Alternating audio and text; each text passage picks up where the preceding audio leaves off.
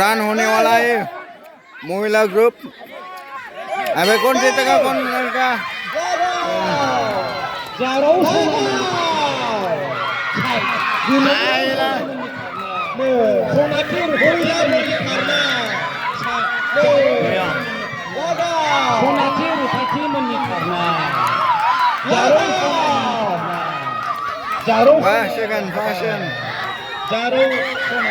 Pass होने वाला है।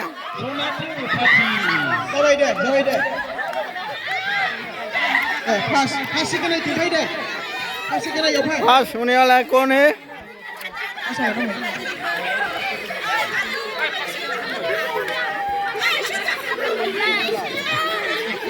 मिनिना थैसिगोन बिथांमोना।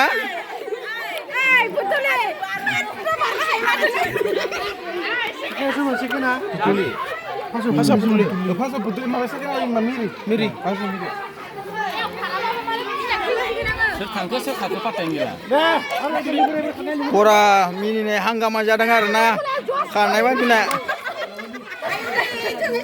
बिथांमोना नै मिनिनानै थैफ्रामसिगोन आरो बिथांमोना। पास जानानै बोरै मोनखो खारनानै? मोजां मोनदों। ठीक है अच्छा वाले